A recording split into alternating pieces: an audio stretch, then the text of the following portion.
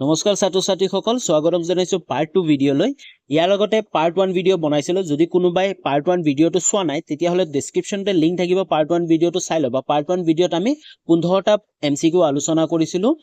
সমাজ বিজ্ঞানৰ ভূগোলৰ পাৰ্ট চেপ্টাৰ 1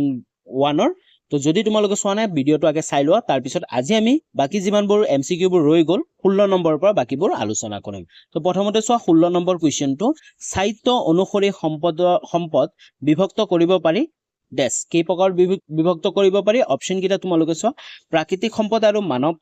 মানৱ সৃষ্ট সম্পদ অপচন বি জীৱীয় আৰু অজীৱীয় সম্পদ নৱীকৰণযোগ্য আৰু অনৱীকৰণযোগ্য সম্পদ চিৰবিৰাজমান আৰু স্থানিক সম্পদ তো ইয়াৰ যেটো শুদ্ধ এনসাৰ কাৰেক্ট এনসাৰ হেতু হৈছে অপচন নম্বৰ C2 স্থায়িত্ব অনুসৰি সম্পদক নৱীকৰণযোগ্য আৰু অনৱীকৰণযোগ্য সম্পদত বিভক্ত কৰিব পাৰি নেক্সট কোৱেশ্চন লাগবাহু কোৱেশ্চন নম্বৰ 17 17 নম্বৰটো চোৱা তলৰ কোনটো সম্পদৰ ক্ষেত্ৰত প্ৰযোজ্য নহয় তলৰ কোনটো সম্পদৰ ক্ষেত্ৰত প্ৰযোজ্য নহয় চোৱা এই ধৰণৰ প্ৰশ্ন কিন্তু অলৰেডি আমি পাৰ্ট 1 ভিডিঅটো আলোচনা কৰিছিলো হয়নে নিষ্ক্ৰিয় সামগ্ৰীৰ কথা কৈছিলো হয়নে অপচন কিটা চোৱা হস্তান্তৰ কৰিব নোৱাৰি বজাৰ মূল্য নাই মানৱ জাতিৰ কল্যাণ হয় উপকাৰ অপকাৰ দুয়োটা হ'ব পাৰে তো উপকাৰ অপকাৰ দুয়োটা হ'ব পাৰে যিবোৰ সম্পদৰ পৰা সেইবোৰ সামগ্ৰী কি হয় সম্পদৰ ক্ষেত্ৰত প্ৰযোজ্য নহয় তো ইয়াৰ কাৰেক্ট এনসাৰটো হৈছে হেতু হৈছে ডি বুজি পাইছা নেক্সট কোৱেশ্চন নম্বৰ 18 টো চোৱা ৰাজেনৰ দেউতাকে নগৰৰ ৰিক্সা চলাই জীৱিকা উপাৰ্জন কৰে তেওঁ এই বৃত্তিটো কোন শ্ৰেণীত পৰিব চোৱা এই প্ৰশ্নটো অলপ ক্ৰিটিক্যাল প্ৰশ্ন হয় বাট একেবাৰে সহজ হয় যে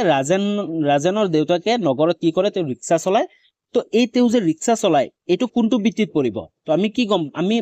আমি অলৰেডি পাৰ্ট 1 ভিডিঅটো আলোচনা কৰিছো যে তৃতীয় বৃত্তিৰ কথা আলোচনা যেতিয়া কৰিছো যে তৃতীয় বৃত্তিৰ মানুহবোৰে কি কৰে সেৱা আগবঢ়ায় হয়নে টকা উপাৰ্জন কৰে বাট তেওঁ তাৰ লগতে কি কৰে তেওঁ সেৱা সাৰ্ভিস আগবঢ়ায় হয়নে সাৰ্ভিস আগবঢ়ায় ইংলিশৰ সাৰ্ভিস কয় অসমীয়াত ডাইৰেক্ট সেৱা বুলি ক'লে হ'ল তো সেৱা আগবঢ়ায় তো সেইবোৰ সম্পদ কি হয় তৃতীয় বৃত্তিৰ সম্পদ হয় তো তেওঁ ৰিক্সা চলাই আছে তেওঁ টকা উপাৰ্জন কৰিছে বাট তাৰ লগতে তেওঁ কি সেৱা এটা আগবঢ়ায় আছে নাই তো এটো কি হ'ব ইয়াৰ উত্তৰটো হ'ব তৃতীয় বৃত্তি বুজি পাইছা একেবাৰে সহজ নেক্সট কোৱেশ্চন নম্বৰ 19 টো চোৱা অৰ্থনৈতিক ভূগোলৰ পিতৃ স্বৰূপ হ'ল ডেস অৰ্থনৈতিক ভূগোলৰ পিতৃ কাক কোৱা হয় বা পিতৃ স্বৰূপ কোন হয় অপচন কিটা চোৱা কাৰ্ল ৰিক্টাৰ জৰ্জ চিজহম C.N. জনস জি ডাৰ্কেন ৱাল্ড তো ইয়াৰ যোনটো কাৰেক্ট এনসাৰ হেতু হৈছে অপচন নম্বৰ বি টো হ'ব জৰ্জ চিজহম মনত ৰাখিবা জৰ্জ চিজহমক অৰ্থনৈতিক ভূগোলৰ পিতৃ স্বৰূপ বুলি কোৱা হয় নেক্সট কোৱেশ্চন নম্বৰ 20 টো চোৱা তলৰ কোনটো এটা অজীৱীয় সম্পদ একেবাৰে সহজ অজীৱীয় সম্পদ যোনটো জীৱ নাই অপচন কিটা চোৱা ব্যাকটেৰিয়া ইয়েস ব্যাকটেৰিয়াত কি হৈ আছে জীৱ আছে তো ব্যাকটেৰিয়া হ'ব নোৱাৰে তো ভেকুৰ হ'ব নোৱাৰে ইয়াতো জীৱ শস্যটো হ'ব নোৱাৰে কাৰণ ইয়াতো জীৱ উদ্ভিদ হয় তো বায়ু থাকি গল তো ইয়াৰ কাৰেক্ট এনসাৰটো হৈছে হেতু হৈছে বায়ু কি হয় অজীৱীয় সম্পদ বুজি পাইছা যদি বুজি পাইছা তোমালোকে কমেন্ট এটা কৰি জনাই দিয়া আৰু চেনেলটো সাবস্ক্ৰাইব কৰি ৰাখিবা নেক্সট ভিডিঅ'বোৰৰ তোমালোকে নটিফিকেশন পাই থাকিবৰ বাবে নেক্সট কোৱেশ্চন আগবাহু কোৱেশ্চন নম্বৰ 21 টো চোৱা পেলনীয়া দ্ৰব্যসমূহৰ পুনৰাৱৰ্তনৰ বাবে অপৰিহাৰ্য প্ৰয়োজনটো হৈছে কি ডেস বুলি দিব যে পেলনীয়া দ্ৰব্যসমূহ পুনৰাৱৰ্তন হয়নে পুনৰাৱৰ্তনৰ বাবে অপৰিহাৰ্য প্ৰয়োজনীয়তাটো কি ইয়াৰ উত্তৰ কিটা অপচন কিটা চোৱা উৎসতে বৰ্জিত পদাৰ্থসমূহ পৃথকীকৰণ হয়নে তো ইয়াৰ কাৰেক্ট এনসাৰটোৱে হৈছে অপচন নম্বৰ এ টো হ'ব কাৰণ উৎসতে বৰ্জিত পদাৰ্থসমূহ পৃথকীকৰণ কৰিব লাগে তাৰ তেতিয়াহে কি হ'ব পুনৰাৱৰ্তন কৰিব পাৰিম আমি হয়নে এটা পুনৰাৱৰ্তন মানে ৰিইউজ হয়নে ফৰ এক্সাম্পল আমি এটা ওয়াটাৰ পানীৰ বটল এটা কিনি খালো হয়নে পানীৰ বটলটো যেটা আমি কিনি খালো ন তো পানীৰ বটল খালো চিপছৰ পেকেট খালো বা বেলেগ কিবা কিবি খালো তো এই বস্তুবিলাক আমি কি কৰিব লাগিব পদাৰ্থবোৰ বৰ্জিত পৃথকীকৰণ কৰিব লাগিব যে কোনটো আমি কি কৰিব পাৰো পুনৰাৱৰ্তন কৰিব আমি পানীৰ বটলটো পুনৰাৱৰ্তন কৰিব পাৰো তো ইয়াক আমি কি কৰিব লাগিব সাইড কৰিব লাগিব কাৰণ ইয়াক আমি পিছত বেলেগ কামত ইউজ কৰিব পাৰো বা ফ্ৰিজত থৈ দিব পাৰো বুজি পাইছা তো এইটোকে হৈছে কি উৎসতে মানে প্ৰথমতে কি কৰিব লাগিব বৰ্জিত পদাৰ্থসমূহ পৃথকীকৰণ কৰিব লাগিব তেতিয়াহে কি হ'ব অপৰিহাৰ্য হ'ব প্ৰয়োজনটো হ'ব ওকে নেক্সট কোৱেশ্চন নম্বৰ 22 টো চোৱা তলৰ কোনটো প্ৰাথমিক বৃত্তি নহয় একেবাৰে সহজ প্ৰাথমিক বৃত্তি আমি গম পাওঁ যেটো প্ৰকৃতিৰ পৰা আহৰণ কৰো যি বস্তুবোৰ যি কাৰ্যৰ দ্বাৰা আমি প্ৰকৃতিৰ পৰা যিকোনো বস্তু আহৰণ কৰো তাকে প্ৰাথমিক বৃত্তি বোলে তো চোৱা কৃষি কাৰ্য ইয়েস কৃষি কাৰ্য নহয় কাৰণ কৃষি কাৰ্য কি প্ৰাথমিক বৃত্তি হয় মানে আমাক কৈছে যে কোনটো প্ৰাথমিক বৃত্তি নহয় নোহোৱাটো তাৰপিছত মাছ ধৰা কি প্ৰাথমিক বৃত্তি তো ইউ নহয় তাৰপিছত বনজ সম্পদ আহৰণ এটো কি হয় প্ৰাথমিক সম্পদ হয় প্ৰাথমিক বৃত্তি হয় তো ইও নহয় তো পৰ্যটন কি হয় তৃতীয়ক বৃত্তি হয় নে আমি গম পাইছিলো যে পৰ্যটন এইবোৰ কি হয় সেৱা আগবঢ়ায় তো এইবোৰ তৃতীয় বৃত্তি হয় তো ইয়াৰ কাৰেক্ট এনসাৰটো হৈছে অপচন নম্বৰ ডি টো হ'ব সেইটো হৈছে পৰ্যটন বুজি পাইছা নেক্সট কুৱেশ্যন নম্বৰ 23 টো চোৱা তলৰ কোনটো এটা অজীৱীয় সম্পদ একেবাৰে সহজ অজীৱীয় সম্পদ অলৰেডি অলপ আগতে এটা প্ৰশ্ন আমি অজীৱীয় সম্পদৰ পাই আহিছো তো অপচন কেইটা তোমালোকে চাই ক'ব লাগে কোনটো অজীৱীয় সম্পদ তো পাৰ্ট 1 ৰ নিচিনা সেম পাৰ্ট 2 তো আমি এই প্ৰশ্নটোৰ উত্তৰ আমি নিদু পাৰ্ট 1 তো এনেকুৱা আমি দুটামান প্ৰশ্নৰ উত্তৰ দিয়া নাই তোমালোকে কমেন্ট কৰি জনাব লাগে তোমালোকে কমেন্ট কৰি 23 লিখি কেনে তোমালোকে যোনটো কাৰেক্ট এনসাৰ হয় এ বি সি ডি তোমালোকে ফৰ এক্সাম্পল এ টো যদি কাৰেক্ট এনসাৰ হয় তোমালোকে 23 এ লিখি কেনে তোমালোকে কমেন্ট কৰিবা ওকে নেক্সট কুৱেশ্যন লাগবাহু কুৱেশ্যন নম্বৰ 24 টো চোৱা সাম্প্ৰতিক অৰ্থনৈতিক ভূগোলৰ ব্যৱহাৰক অধ্যয়নৰ কোনটো পদ্ধতিৰ প্ৰয়োগ কৰা হৈছে তো অপচন কেইটা চোৱা যি সাম্প্ৰতিক অৰ্থনৈতিক ভূগোল ব্যৱহাৰিক অধ্যয়ন কৰাৰ ক্ষেত্ৰত কোনকেইটা পদ্ধতিৰ প্ৰয়োগ কৰা হৈছে আচৰণগত ইয়েস কৰা হৈছে আঞ্চলিকো কৰা হৈছে জিআইএসও কৰা হৈছে তো ইয়াৰ মানে উত্তৰটো কি হ'ব অপচন নম্বৰ ডি টো হ'ব ওপৰৰ আটাইকেইটা কি কৰা হৈছে ব্যৱহাৰ কৰা হৈছে নেক্সট কুৱেশ্যন নম্বৰ 25 টো চোৱা জৰ্জ চিজহমৰ মতে অৰ্থনৈতিক ভূগোলৰ উদ্দেশ্যক তলৰ কোনটোৱে সঠিকভাৱে বৰ্ণনা কৰিছে তো জৰ্জ চিজহমৰ মতে অৰ্থনৈতিক ভূগোলৰ তেওঁ এটা উদ্দেশ্য কৈছিল আমি পাৰ্ট 1 ভিডিঅ'ত আলোচনা কৰিছিলো অলৰেডি আগৰ বছৰটো আহিছিল যে জৰ্জ চিজহমে অৰ্থনৈতিক ভূগোলৰ এটা ব্যাখ্যা দিছিল সেই ব্যাখ্যাটো যদি তোমালোকে পাৰ্ট 1 ভিডিঅ'টো চালে গম পাই যাবা যিসকলে চাইছে সেইসকলে গম পোৱা তেওঁ কৈছিল কোনে কৈছিল বুলি আছিল তেতিয়া জৰ্জ চিজহম কাৰেক্ট অপচন আছিল তো তেওঁ কৈছে এতিয়া প্ৰশ্নটো সুধিছে যে অৰ্থনৈতিক ভূগোলৰ উদ্দেশ্যত তলত কোনকেইটা সঠিকভাৱে বৰ্ণনা কৰিছে তো ইয়াৰ যোন তোমালোকে চোৱা কি অপচন আছে অৰ্থনৈতিক ভূগোলৰ লক্ষ্য হৈছে সম্পদ ভৌতিক বিতৰণ বুজা তাৰ পিছত অৰ্থনৈতিক ভূগোল কোনো অঞ্চলৰ অৰ্থনৈতিক উন্নয়ন গতি আৰু দিশ নিৰ্ধাৰণ কৰে হয় ইয়াৰ কাৰেক্ট এনসাৰটো হৈছে অপচন নম্বৰ বি2 তো অৰ্থনৈতিক ভূগোলে কি কৰে কোনো অঞ্চলৰ অৰ্থনৈতিক উন্নয়নৰ গতি আৰু দিশ নিৰ্ধাৰণ কৰে নেক্সট কুৱেশ্যন নম্বৰ 26 টো চোৱা নিৰপেক্ষ বা নিষ্ক্ৰিয় সামগ্ৰী বুলিলে কি বুজা অলৰেডি আমি আলোচনা কৰিছিলো নিৰপেক্ষ আৰু নিষ্ক্ৰিয় সামগ্ৰীৰ কথা হয়নে পাৰ্ট 1 ভিডিঅ'ত তো অপচন কেইটা চোৱা মানুহৰ বাবে অতি উপযোগী সামগ্ৰী বৰ্তমান মানুহৰ বাবে উপযোগী বা ক্ষতিকাৰক নোহোৱা সামগ্ৰী তো ইয়াৰ কাৰেক্ট এনসাৰটো হ'ব অপচন নম্বৰ বি2 কাৰণ নিৰপেক্ষ বা নিষ্ক্ৰিয় সামগ্ৰী সেইটোৱে কোৱা হয় যিটোৱে মানুহক উপযোগীও নকৰে বা উপকাৰো নকৰে আৰু ক্ষতিও নকৰে তো তাকে হ'ব তো বৰ্তমান তাৰ কাৰণে অপচন নম্বৰ বি2 হ'ব তাক বিট কৈছে যে বৰ্তমান মানুহৰ বাবে উপযোগী বা ক্ষতিকাৰক নোহোৱা সামগ্ৰী নেক্সট কুৱেশ্যন নম্বৰ 27 টো চোৱা পুনৰাৱৰ্তনক সম্পদ সংৰক্ষণৰ এটা মূল দিশ বুলি কিয় গণ্য কৰা হয় যি পুনৰাৱৰ্তন আছে হয়নে পুনৰ ব্যৱহাৰ কৰা ইয়াক সম্পদ সংৰক্ষণৰ মূল দিশ হিচাপে কিয় কোৱা হয় তো ইয়াৰ কাৰণ তোমালোকে চোৱা ইয়াৰ দ্বাৰা সম্পদ সংৰক্ষণ আইন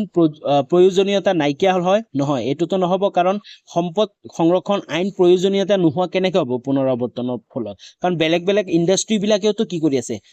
প্ৰদূষণ কৰি আছে ন তো তেওঁলোকৰ কাৰণে তো আইনটো থাকিব লাগিব ন কেৱল মানুহে যে পুনৰাৱৰ্তন কৰিব বস্তু এটা আকৌ বাৰে ব্যৱহাৰ কৰিব তো সেইটো কইলে যে আইনটো নোহোৱা নহয় তো এইটো অপচন এ টো নহব অপচন বি টো কৈছে কি এই কেঁচামাল ব্যৱহাৰ হ্ৰাস কৰে ফলত সম্পদ সংৰক্ষণ হয় তো বি নম্বৰ এনসাৰটো কাৰেক্ট হ'ব কাৰণ সো আমি পানীৰ বটলটো যি কি কইলো পুনৰাৱৰ্তন কইলো সেই পানীৰ বটলটো আমি কি কৰিব পাৰি বিক্ৰী কৰিব পাৰো বিক্ৰী কৰিলে কি হয় কেঁচামাল হ্ৰাস কৰে হয়নে কেঁচামালৰ ব্যৱহাৰ হ্ৰাস কৰে মানে প্লাষ্টিক বোৰ যিবোৰ আছে তাৰ হ্ৰাস কৰিবৰ কাৰণে এইটো আকৌ পুনৰ এই বটলটো নি আকৌ পুনৰ বটল বনোৱা হ'ব হয়নে আৰু কি কৰে ই সম্পদ সংৰক্ষণ কৰে বুজি পাইছা নেক্সট কুৱেশ্যন নম্বৰ 28 টো চোৱা তলৰ কোনটো চতুৰ্থক বৃত্তি একেবাৰে সহজ চতুৰ্থক বৃত্তি অপচন কেইটা চোৱা ইয়াৰ কাৰেক্ট এনসাৰ যোনটো হৈছে সেইটো হৈছে এটো হৈছে তথাপিতো তোমালোকে চোৱা বিটো হৈছে বনজ সম্পদ আহৰণ এটো প্ৰাথমিক বৃত্তি হয় শিল্প উৎপাদন প্ৰক্ৰিয়া ই দ্বিতীয়ক বৃত্তি হয় আৰু যাতায়াত ই তৃতীয়ক বৃত্তি হয় তো প্ৰশাসন যিটো আছে প্ৰশাসন ব্যৱস্থা এইবোৰ কি হয় চতুৰ্থক বৃত্তি হয় বুজি পাইছা তো কাৰেক্ট এনসাৰ হৈছে অপচন নম্বৰ এ নেক্সট কুৱেশ্যন নম্বৰ 29 টো চোৱা তলৰ কোনটো সম্পদ সংৰক্ষণৰ পদ্ধতি অন্তৰ্ভুক্ত নহয় তলৰ কোনটো সম্পদ সংৰক্ষণৰ পদ্ধতিত অন্তৰ্ভুক্ত নহয় মানে তো অপচন কেইটা চোৱা জ্ঞান আৰু শিল্প সম্প্ৰসাৰণ অভিযোজন সম্পদ ভঁৰাল সঠিক মূল্যৱান বৰ্জিত দ্ৰব্যৰ পৰিমাণ বৃদ্ধি তো ইয়াৰ কাৰেক্ট এনসাৰ হৈছে অপচন নম্বৰ ডি টো কাৰণ বৰ্জিত দ্ৰব্যৰ পৰিমাণ যদি বৃদ্ধি হয় তেনেহলে কি হয় সম্পদ সংৰক্ষণ নহব বুজি পাইছা নেক্সট কুৱেশ্যন নম্বৰ 30 টো চোৱা সেৱা খণ্ডৰ উদ্যোগৰ বাবে তলৰ কোনটো বিকল্প শুদ্ধ সেৱা খণ্ডৰ উদ্যোগৰ বাবে তলৰ কোনটো বিকল্প শুদ্ধ সেৱা আমি কৈছিলো যে সাৰ্ভিস প্ৰভাইড কৰে হয় নে কোনটো বিকল্প শুদ্ধ হ'ব অপচন গিটা চোৱা অপচন এ পৰ্যটন উদ্যোগ হোটেল ব্যৱসায় বাণিজ্য ইয়েস এইটো হ'ব কাৰেক্ট আনসাৰ কাৰণ পৰ্যটন উদ্যোগ কি হয় এটা সেৱা আগবঢ়ায় হোটেলবোৰ হয় নে হোটেল ব্যৱসায়বোৰ সেৱা আগবঢ়ায় আছে মানুহক বাণিজ্য তাৰ লগত কৰি আছে তো এইটো কি হ'ব তৃতীয় বৃত্তি বা এই সেই খণ্ডটোৰ কাৰণে এইটো কি হ'ব কাৰেক্ট আনসাৰ হ'ব নেক্সট কুৱেশ্যন নম্বৰ 31 টু চোৱা একেবাৰে সহজ প্ৰশ্ন হয় উদ্ভিদৰ তলৰ কোনটো সম্পদ শ্ৰেণী ভাগত অন্তৰ্ভুক্ত তো অপচন কিটা চোৱা প্ৰাকৃতিক সম্পদ ইয়েস উদ্যোগ প্ৰাকৃতিক সম্পদ হয় নৱীকৰণযোগ্য সম্পদ ইয়েস উদ্যোগ নৱীকৰণযোগ্য সম্পদ হয় তাৰ পিছত কৈছে অজৈবিক সম্পদ নহয় কাৰণ উদ্ভিদ এটা অজৈবিক সম্পদ নহয় তাৰপিছত অপচন বি টু চোৱা প্ৰাকৃতিক সম্পদ ইয়েস উদ্ভিদ প্ৰাকৃতিক সম্পদ হয় নৱীকৰণযোগ্য সম্পদ ইয়েস উদ্ভিদ নৱীকৰণযোগ্য সম্পদ হয় জৈৱিক সম্পদ ইয়েস উদ্ভিদ জৈৱিক সম্পদ হয় তো ইয়াৰ কাৰেক্ট আনসাৰটো হ'ব অপচন নম্বৰ বি টু ওকে তোমালোকে বুজি পাইছা নেক্সট কুৱেশ্যন লাগবাহু কুৱেশ্যন নম্বৰ 32 টু চোৱা বিগত বছৰ কেইটাত গোলাঘাট জিলাৰ বিদ্যালয়সমূহত কেঁচু সাৰ উৎপাদনৰ ওপৰত গুৰুত্ব প্ৰদান কৰা হৈছে যাতে মাটিৰ ৰাসায়নিক সাৰ প্ৰয়োগৰ পৰা হ'ব পৰা ঋণাত্মক প্ৰভাৱ ৰোধ কৰিব পৰা যায় এই প্ৰশ্নটো কিন্তু গোলাঘাট জিলাৰ যোৱা বছৰত গোলাঘাট জিলা যি পি টেষ্ট হৈছিল প্ৰি ফাইনেল টেষ্ট তো প্ৰি ফাইনেল টেষ্টৰ প্ৰশ্ন আহিছিল যে গোলাঘাট জিলা কি কৈছে কেঁচু সাৰ তেওঁলোকে উৎপাদন কৰিছে বিদ্যালয়সমূহত যাতে কি যি এই ঋণাত্মক প্ৰভাৱবোৰ ৰোধ কৰিব পাৰি হয়নে ৰাসায়নিক সাৰৰ তো এই পদক্ষেপ সম্পদ সংৰক্ষণৰ কোনটো পদ্ধতি অন্তৰ্ভুক্ত তো এই যি পদক্ষেপটো লৈছিল এই পদক্ষেপটো সম্পদ সংৰক্ষণৰ কোনটো পদ্ধতিত অন্তৰ্ভুক্ত হ'ব তো ইয়াৰ যোনটো কাৰেক্ট আনসাৰ হৈছে সেইটো হৈছে অপচন নম্বৰ সি টু অভিযোজন বা নৱপ্ৰচলন এইটো হৈছে কাৰেক্ট আনসাৰ ওকে তো যি সোশ্যাল সায়েন্সৰ ভূগোল পাঠটোৰ যি চেপ্টাৰ নম্বৰ 1 আছিল অৰ্থনৈতিক ভূগোল বিষয়বস্তু আৰু সম্পদ এই চেপ্টাৰটোৰ আমি সিম্পল এমসিকিউ বোৰ গোটেইবোৰ আলোচনা কৰিলো অলৰেডি হয়নে তোমালোকক মই কৈছিলো যে তিনি প্ৰকাৰে তোমালোকে এমসিকিউ বোৰ আহে তো আমি অলৰেডি কি কৰিলো সিম্পল এমসিকিউ